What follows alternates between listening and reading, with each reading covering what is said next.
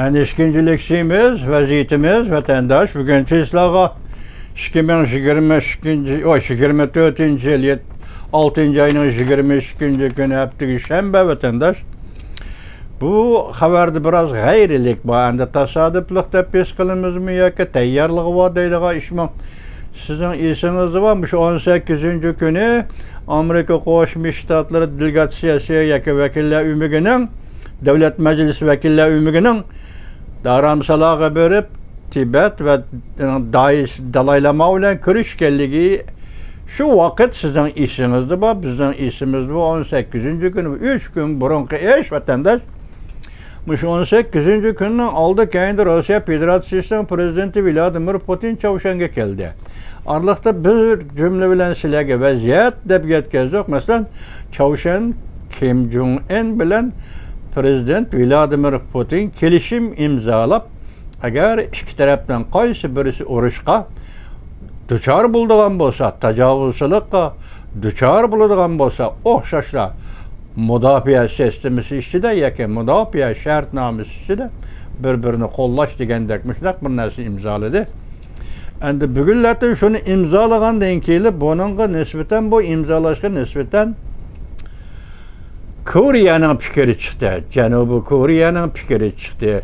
Bu ikki davlatning bu kelib bu shartnomani imzolashi, masalan, urushga munosabatli shartnomani imzolashi bu Koreya uchun xatarlik. Bu bir signal deb Koreya hukumati Rossiya Federatsiyasi hukumatiga va Kim Jong-un Çavuşan hukumatiga ogohlantirishmadi. Kechiringlar sizlar. Bu Sharqiy Shimoliy Osiyoning vaziyatini hargiz jiddiyleştirmanglar dedi. Mening boshisiga aytganim g'ayriy eshitganim dal Amerika Qo'shma Shtatlari Davlat Majlisining delegatsiyasi yoki vakillar umigi Tibetga, ya'ni Hindistonga darasalomga berib, ruhoniy dalaylama bilan ko'rishadigan shundoq intayin zo'r xalqaro bir hodisa, siyosat hodisasi yuz berayotgan mushu paytda Prezident Vladimir Putinning Çavuşan kelgani bu nima ish? Ba'zilar tahlil qilib dedi, buni Çavuşan bilan kelishim imzolaganlik, shartnoma imzolaganligi bu Jungo'ga berilgan bir zarba, Jungo buning oqibatini o'ylab yetish kerak dedi. Lekin BBC'da tarqatgan bir parcha xabarda yo'q, bu o'yinning keyinda Jungo va xotirjam bo'linglar. Jungo hargiz bu o'yinning tashida qolmaydi. Hozirgi ahvoldan qaraganda bu o'yinning tashida qolmaydi deb xulosa chiqarishdi. Buni qo'yib turaylik. Bugun sizlarga deydigan emas. Ana shu voqealar, masalan, Rossiya Federatsiyasi Prezidenti Vladimir Putinning Çavuşan'ni ziyorat qilishini bir voqea deylik. Selishtirg'ili bo'lmaydi. Endi eng buyuk, eng xushallanarli voqea 18. kuni Amerika Davlat Majlisi delegatsiyasining daramsalog'i berib dalaylama bilan ko'rishgan. Mushu orliqda hozir nima deydim? Mavzu qarab turing. Rossiya Amerika bilan bexatarlik suhbati o'tkazishga tayyor emas. Suhbat Ukraina masalasini o'z ichiga elish kerak deb ko'rsatdi. Mavzuli xabar 6. ayning 22. gün Amerika ovozining Xitoy til programmasi e'lon qilindi. Xabar mundaq boshlanadi. Masalan, Kreml sarayi bayonotchisi Dmitry Peskov 6. ayning 21. gün mundaq ko'rsatdi. Rossiya Amerika bexatarlik suhbati o'tkazish tayyorlanib bo'ldi. Bexatarlik suhbati o'tkazish tayyorlanib bo'ldi. O'tkazaman dedi. Rossiya Federatsiyasining prezidenti Vladimir Putin, uning bayonotchisi Dmitry Peskov. Mushu xabar keldi, lekin Amerika Qo'shma Shtatlari tarafidan buning nisbatan yoki undoq yoki bundoq javob da o'tirg'i chiqmadi vatandosh. Biroq bu yerda Amerika bilan suhbat o'tkazaman deganda Rossiya Federatsiyasi nimani o'ylayotdi? Bu yerdagi bu xabardagi asoslar yetarli asoslar emas vatandoshim. Lekin shuni aniq ko'rishdimizki, har qanday suhbat Ukraina to'qnashuvini o'z ichiga olishi kerak. Demak, Rossiyaning Amerika Qo'shma Shtatlaridan suhbat o'tkazmoqchi bo'lganligi Ukraina to'qnashuvi masalasi. Agar onu to'qnashda tushuntirib, shu to'qnash bo'yicha Amerika bilan suhbat o'tkazsa, Amerika bunun ikinci taraf bola alanda mesela Ukrayna bu üçüncü bir devlet. Yani Ukraynaga Amerika Qo'shma Shtatlari onun adil yüzden vatanını qo'g'dab urushiga yordam berdi. Yani ondan başka Amerika Qo'shma Shtatlari u yerga boshqa yo'llar aralashgani yo'q. Vatandaş bu qandaqsi gap. Ukrayna masalasi bo'yicha Rossiya qandaq taklif qildi Amerikani suhbatga? Men tushunamadim. Kechiringlar vatandaşlar.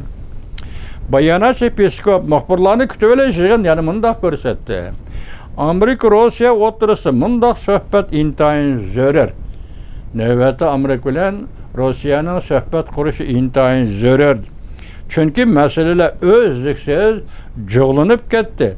Butun yer shari bexatarlik qurilmasida ko'p masalalar saqlandi va ko'p masalalar o'tirg'i chiqdi.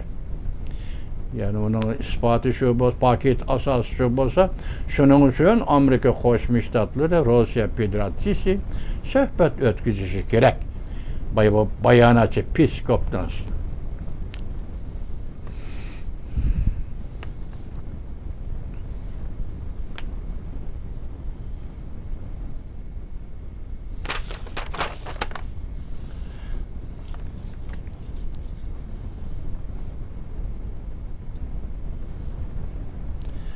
Aksaray. Bexatarlik bayonotchisi John Kirby haftaning 4-chi kuni Aksarayda muxbirlarni kutib olishig'ida bunda ko'rsatdi. Ukrainaning energiya aslahalari Rossiyaning hujum qilish nishoniga aylanib qoldi. Shunglashqa bir necha 100 dona yangi yasalgan vatanparvar, yani Amerikada yasalgan yangi yasalgan vatanparvar birlik raketa va Amerika bu davlatning eng ilg'or yerdan havoga qo'yib beriladigan raketa sistemi. Raketa sistemasi NASAMS. Raketa sistemasini avval Ukrainaga elib keldi. Bu raketani setib olib kutib turgan davlatlarga emas. Demak, John Kirby'ning aytayotgani raketa sistemasi, mudofaa sistemasi bu sistema boshqa davlatlarga xarida bo'ladi. Yani tartib bilan zavoddan chiqadigan vaqtga qarab turib tartib bilan beradigan gaplar shunami? Soda zakaz degandek. Hozir John Kirby isbotlayotadiki, bu raketani setib olg'uchi davlatlar turib boshqa tarafda biz avval bu raketani NASAMSni Ukraina oldingi sepiga taqdim qildik deydi. O'xshashli bir vaqt Prezident Vladimir Putin Osiyoda ziyoratda bo'lgan mezgilda, ya'ni juma kuni Ukrainani harbiy qurol-yarog' bilan ta'minlamaslik to'g'risida Koreyani ogohlantirdi. Qana shartnomani imzolab Prezident Vladimir Putin hozir so'z iborat jihatda Koreyaga so'z qo'yib berdi degan gap. Koreyaga so'z qo'yib berdi sababi Koreya Ukrainaga Rossiya tajovuz qilgan kundan boshlab Koreya Ukrainaga xilma-xil yo'llayotgan mulozimat moddiy bo'yin-bisotlar bilan yordam qilib turdi. Hozir Prezident Vladimir Putin bu yoki Osiyoga kelib yoki Chavshan bilan kelishim imzolabla Koreyaga so'z iborat hujum qildi degan gap aytadi.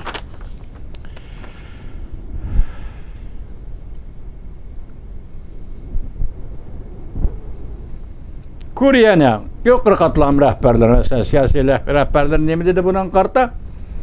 Biz hozir Chavshan bilan Rossiya Federatsiyasining o'zaro mudofaa kelishim imzolaganligini ko'rdik. Bu ham diqqat qo'zg'aydi. Seul o'ylashib Ukrainani harbiy qurol-yarog' bilan ta'minlash orqali biz sening bu shartnomangga javob qaytaramiz. Koreya ham boshqanmidi degan gapda. Sen Chavshan bilan kelishim imzolasan, biz Ukrainaga harbiy qurol-yarog' yordam beramiz. Shunday qiladi. Sen Osiyoga kelib shu ishni qilgandan keyin albatta Koreya ham bu ishni qiladi deb hech qanday tanqid qiladigan gap bo'lmaydi deb vatandosh. Prezident Vladimir Putin haftaning 5-kuni javob qaytarib Koreyaning bu so'ziga Koreya Chavshan Rossiya kelishimidan ansirmasligi lozim. Lekin Prezident Vladimir Putin yana to'liqlab bunda ko'rsatdi. Koreyaning Ukrainani harbiy qurol-yarog' bilan ta'minlash intayin bir xato ishdir. U yani mundaq dedi, agar bundaq ish yuz beradigan bo'lsa, biz Koreya rahbarlik qatlami xo'sh bo'lmaydigan ishlarni qilamiz. Yoki qatlam qarışanmaydigan ishlarni qilamiz. Bunda qarang, hozir Osiyo Prezident Vladimir Putin Chaushanga tushdi. Koreyaning biqinida Tayvan turibdi. Biz boshda oldik 18-kuni Dharamsala Tibetning Dalay Lama bilan ko'rishish. Hozir mush orliqda men bosh savol qo'ydim. Prezident Vladimir Putin zaten nima sabab bilan, nima maqsadda? Hozir Koreyaga tutgan pozitsiyaga qaraganda zaten nima maqsadda? Sharq Shimoliy Osiyoga yetib keldi. Orliqda bir ikki parcha maqola e'lon qilingani, hozir Sharqiy Shimoliy Osiyoning vaziyatida o'zgarish bo'ldi deydigan. Endi bu vaziyatlar o'zaro qanday ta'sir ko'rsatdi? Bu oldimizdagi hech vatandosh bugun boshda sizlarga chiroyli bir xabarni yetkazib oldik. Ana Amerika Qo'shma Shtatlari Davlat Majlisi vakillari O'mega Dharamsalaga borgandan keyin tunigun 21-kuni Tibetning ruhoniy doisi Dalay Lama mehmonlar bilan ko'rishib bo'lib, Dehlida aeroplanga chiqib, Amerikaga ziyoratga safarga otlandi. Masalan, revmatizm kasalini davolash uchun hozir bu aeroplan Shvetsariyaning Syurix shahridagi aeroportga tushdi.